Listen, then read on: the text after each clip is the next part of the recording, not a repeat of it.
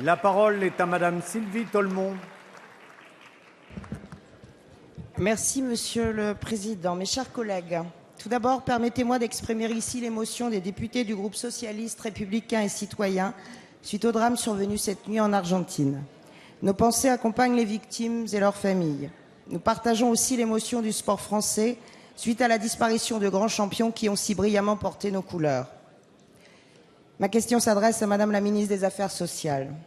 Depuis 2012, et malgré un environnement budgétaire contraint, notre majorité agit pour placer la réforme et le renforcement de notre système de santé au cœur de son action.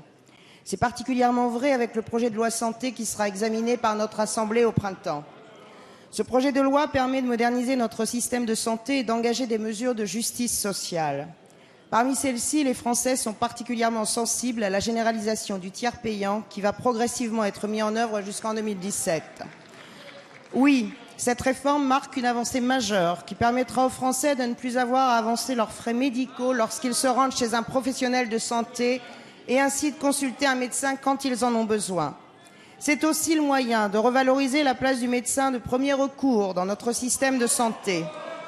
Elle complète nos efforts pour généraliser l'accès à une complémentaire santé, qu'il s'agisse de la CMU pour les familles les plus défavorisées, de l'ACS pour les retraités modestes ou de la généralisation de la complémentaire à tous les salariés à partir du 1er janvier 2016.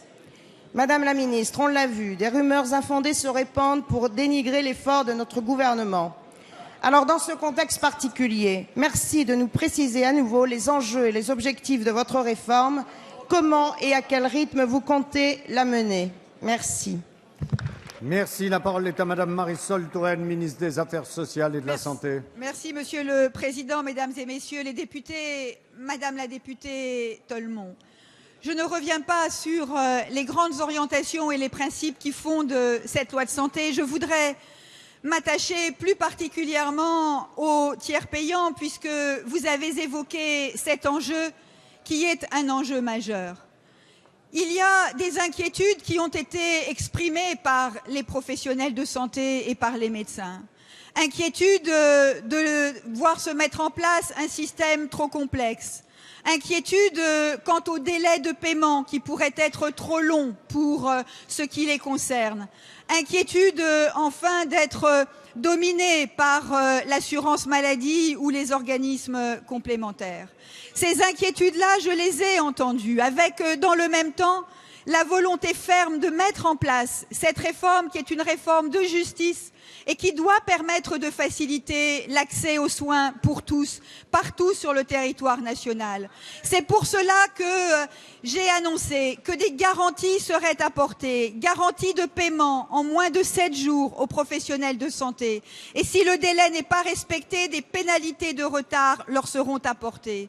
Et dans le même temps, volonté de mettre en place le tiers payant de manière progressive. Le tiers payant sera étendu d'abord aux malades qui en ont le plus besoin, ceux qui sont pris en charge à 100% par l'assurance maladie, et cela dès le 1er juillet 2016. Cela représente 15 millions de nos concitoyens, la moitié des actes qui sont réalisés en France. Et puis, dans une deuxième étape, il y aura le tiers payant étendu à tous les Français à partir du 1er janvier 2017, permettant aux professionnels de s'acclimater et d'être dans une phase de rodage. Vous le voyez, Madame la députée, le tiers payant est une avancée sociale que nous mettons en œuvre avec la préoccupation de la simplicité.